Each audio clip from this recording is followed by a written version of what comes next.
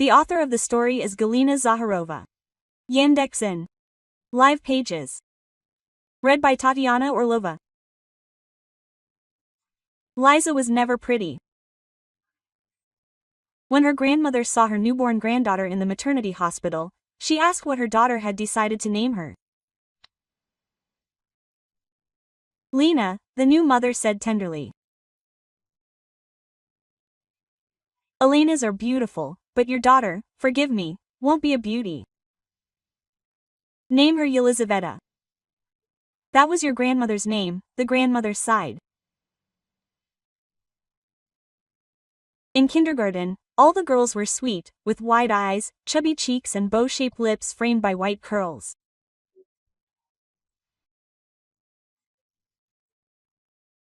Liza was awkward, plain, with mouse-colored straight hair that would clutter up with her clothes and stand on end. The poor thing will get tired with such a look, she'll hardly ever get married. I told you need to choose your man wisely. Quote. And you? Grandma would say, braiding Liza's thin hair into thin pigtails, the bows barely holding. Mom, stop it, it'll straighten out with age, Liza's mother would reply. By the age of 12, Liza hadn't improved in appearance. She was angular, with a short haircut. She was taller than everyone in her class. Boys teased her for being a column girl.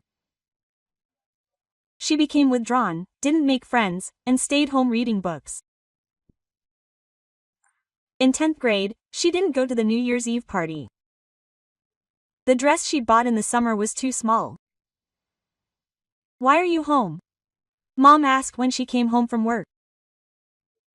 Why did you give birth to me so that I would suffer all my life? Boys call me a column, they don't ask me to dance. I'm ugly, Lisa screamed hysterically. Daughter, even beautiful people don't always have a good life. What can you do if this is how nature intended? Beauty is not the most important thing, Lisa's mother tried to calm her down. And what is the most important thing? Money. You can buy everything with money, even looks. But we don't have any money either. I won't get married and I won't have children. I don't want my daughter to be ugly too and suffer like me, Lisa was angry. They fall in love with looks, they will appreciate the soul and character, her mother said regretfully. But I have a bad character. You told me so yourself. How can you have a good character if no one likes you? Like everyone runs from a leper? Quote. There were tears in Lisa's eyes. Why didn't you choose someone more handsome as your father? After finishing school, Lisa could easily have entered. She graduated from college, but applied to medical school.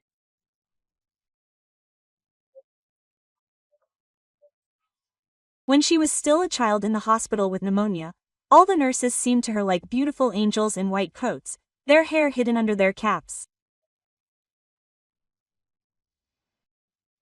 There was less studying, and few guys. No one would tease her. Lisa graduated with honors. The patients loved her.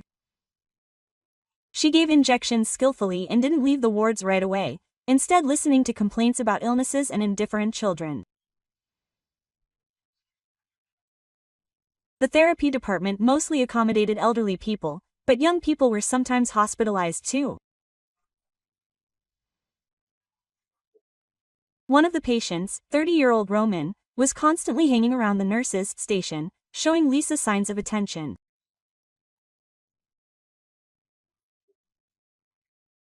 Once he kissed her in the procedure room, invited her to a movie after her discharge, but time passed, and Roman didn't call or show up.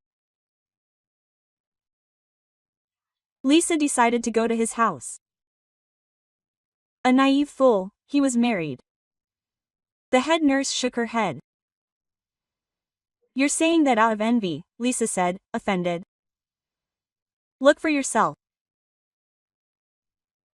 The card says he's married and has his wife's contact number, but she never came to see him, Lisa noted. That's why he was hanging around you. You bought him apples and oranges and brought him home-cooked meals. His wife is sitting with 2 children. She gave birth to the youngest just a month ago. There's no one to leave him with. Is it written about children in the card too? Quote. Lisa asked, almost crying. He lives in the house next to mine. I know his wife well. If I had sensed something serious was brewing between you, I would have said long ago. But you were obviously afraid of me. You should be careful with people like that. Now, don't cry. You will find happiness too, it won't pass you by. Men love nurses. We know how to care for them and sympathize. We'll give them an injection if needed. The head nurse gave Lisa a motherly hug. An elderly, intelligent woman was lying in the ward. No one came to see her. There was no bag of bright oranges on her nightstand. There was no liter jar of ruby-colored fruit drink, prepared by the caring hand of a daughter or husband. Quote. No one visits you. Why? Liza asked once. My husband died 10 years ago, and my son lives far away. He has a family and a job. Why bother him over trifles? I can handle it myself, answered Lyudmila Petrovna. But what could be more important than my mother's health? You'll be discharged soon, you have high blood pressure. How will you live alone?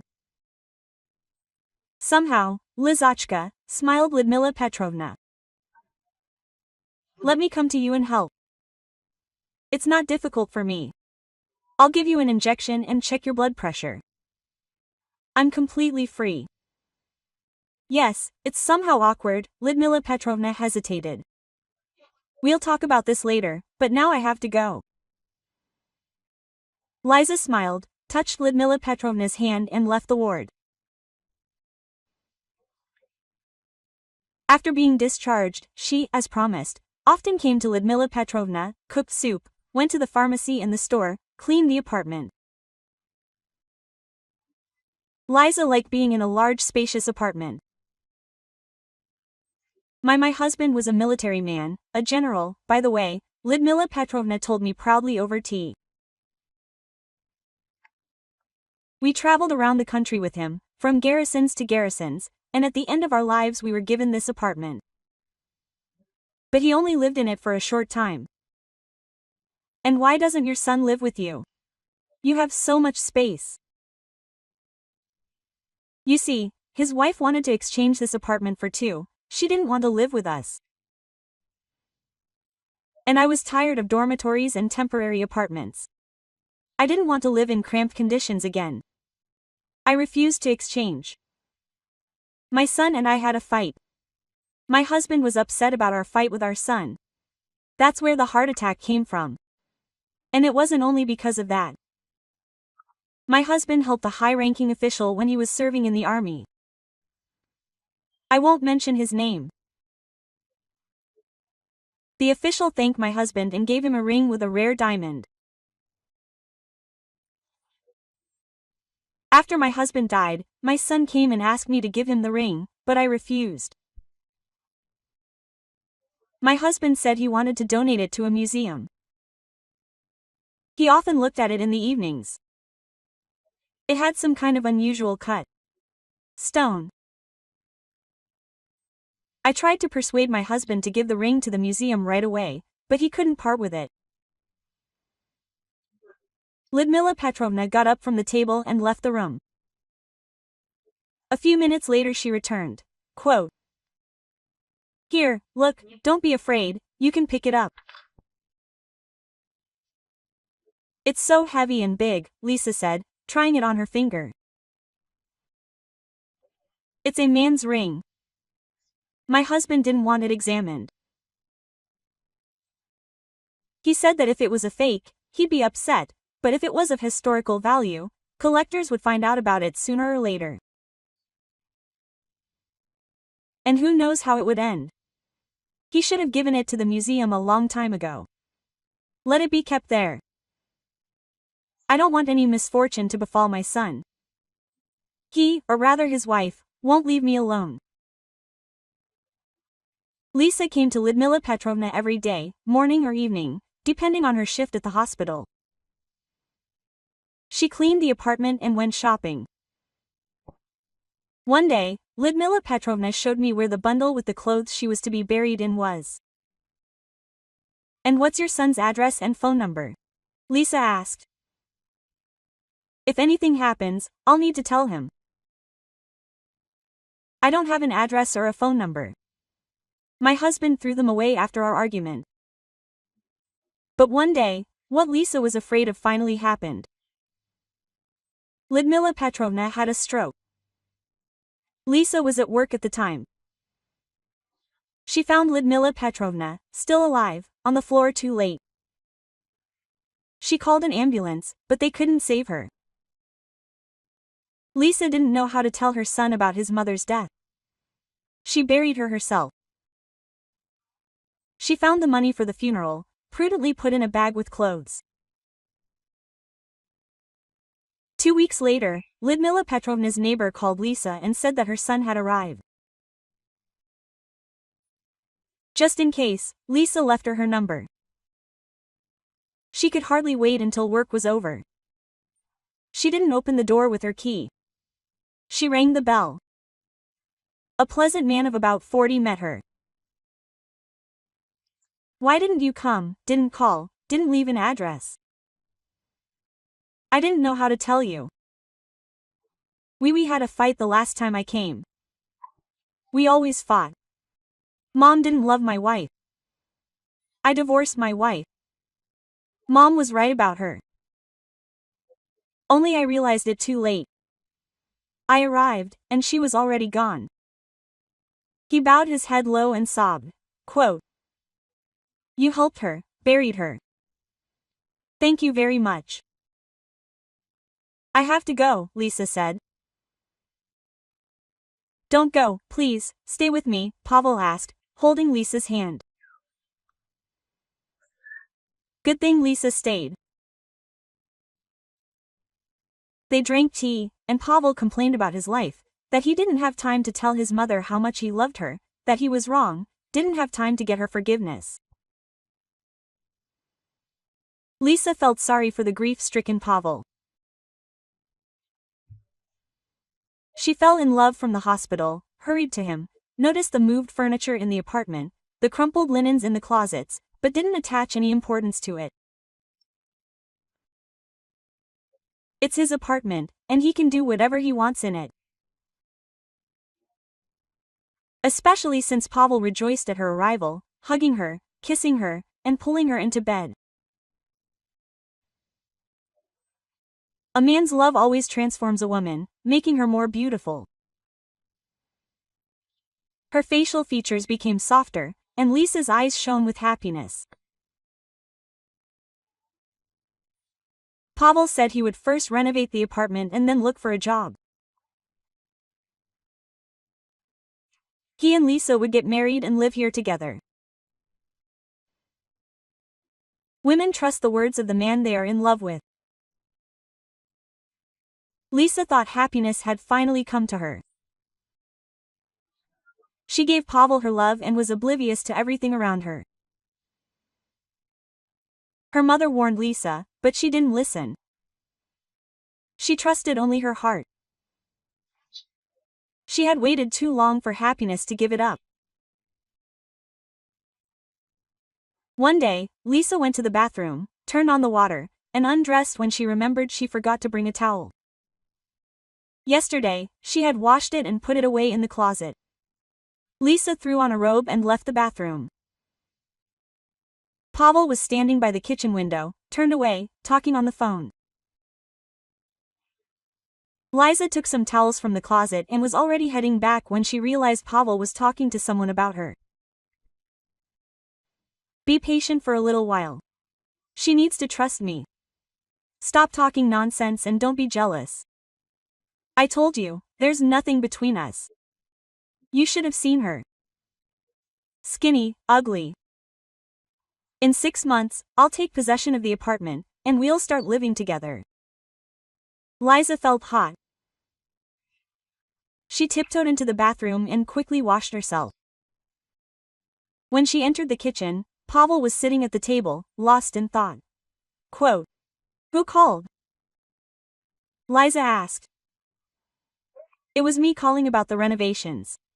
Pavel lied as if nothing had happened. Liza realized that he didn't love her, that he wanted something from her, and she even knew that she wanted to find out where Lyudmila Petrovna kept the money and the ring. She knew that Pavel's mother hadn't had time to give the ring to the museum. "It's here, in the apartment. I think I'll go home. I think I'm sick. I'll take my medicine and get some sleep." She forced a smile. Quote, "Otherwise, I'll infect you." Liza coughed to be sure. "Yes, of course. And get well soon. I'll be waiting for you." Pavel didn't even try to stop her. For 2 days, Liza felt lost, not knowing what to do. It turned out that Pavel hadn't divorced his wife, but had come up with a plan to gain her trust and drink from her, where his mother kept the ring.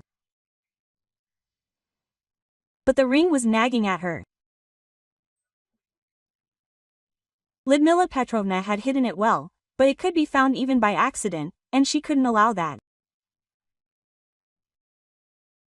So after work, Liza went to Pavel's. She opened the door with her key, the one Lyudmila Petrovna had given her, and froze as she entered the room. All the cupboards were open, linens and clothes scattered across the floor. All the jars of cereal in the kitchen were open. Pavel was rummaging through the books. Quote, "What are you doing?" Lisa asked. Pavel turned around abruptly. Quote, "You said you weren't coming today." She recovered. He straightened up. Quote, "It's good that you came. You must know where Mother hid the ring." "I don't understand what kind of ring." Lisa pretended to hear about it for the first time. Pavel slowly walked towards her. In his eyes, Lisa saw determination and a threat instead of the previous tenderness. She backed towards the front door. Lisa wanted to unlock the door, but Pavel grabbed her by the shoulders and turned her towards him. Quote, "Don't play dumb, you know everything. Didn't Mother tell you anything before she died? Or did you take it? Speak." Pavel squeezed her shoulders painfully. "She didn't tell me anything, she only showed me the things to bury her in," Lisa babbled, wincing in pain. Pavel didn't take his eyes off her. It took a lot of effort for Lisa to hold his gaze. Pavel suddenly let her go. Quote, "I'll find him anyway. Leave the keys and go," he said wearily. The phone rang in the kitchen, and Pavel left, leaving Lisa alone in the hallway. He was talking on the phone, turned to the window. Lisa glanced at the portrait of the general on the wall. It was hanging in place, albeit crookedly. Lisa glanced at Pavel's back. There was no time to waste. She would never have another chance to take the ring. And why hadn't she done it sooner? Things were scattered on the floor. There was no need to worry about Pavel hearing Lisa's footsteps. She went up to the portrait, lifted the heavy, thick frame, and felt a small package glued to the inside of the portrait. Lisa tore it off, clutched it in her hand, and returned to the hallway. Pavel was still talking on the phone. Lisa didn't wait for him, left the keys on the nightstand, and ran out of the apartment. She walked to the bus stop, and tears blurred her vision. Liza kept looking back to see if Pavel was following her. Twice she almost tripped. She She would fulfill Lyudmila Petrovna's husband's request. Ignoring her mother's questions, Liza rushed to her room and hid the package under the mattress. Then she sat on the bed and burst into tears. The next day, she found the museum's phone number online and arranged a meeting with the director. She rode the bus, clutching her bag to her chest. The director said that the stone was truly extraordinary. Such a diamond cut had never been made in Russia before. A thorough examination was needed. And not here, but in Moscow. Please, take it, do what needs to be done. They asked me to give it to the museum. Liza told him what she had learned from Lyudmila Petrovna. That was it. She had fulfilled her friend's wishes. Neither Pavel nor his wife would receive the ring. The general's large apartment was enough for them. She felt sorry for herself in this whole story. I was deceived. That's it, enough. I won't trust anyone anymore. I could take a child from an orphanage and raise them. And I won't pass on my unattractive appearance or my bad luck to anyone else. And there's no need to rush into that. I'm only 28, decided the unattractive Lisa on her way to work, where patients were waiting for her, ready to share their joys and sorrows with the nurse who gave injections well.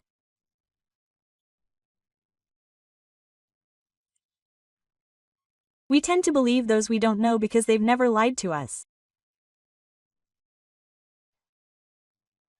Children, especially girls, should always be told that they are beautiful and that everyone loves them.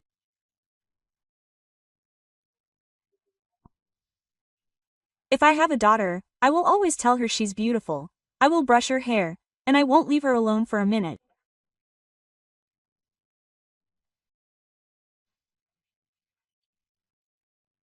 Dear friends, if you like this story, subscribe to our channel, like it, and be sure to leave your comments.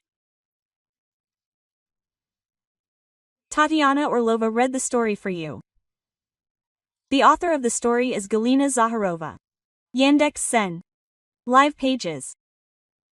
And I wish you all the best with all my heart. I wish you the best of health, the strongest of health, a peaceful sky above your head, and a good mood.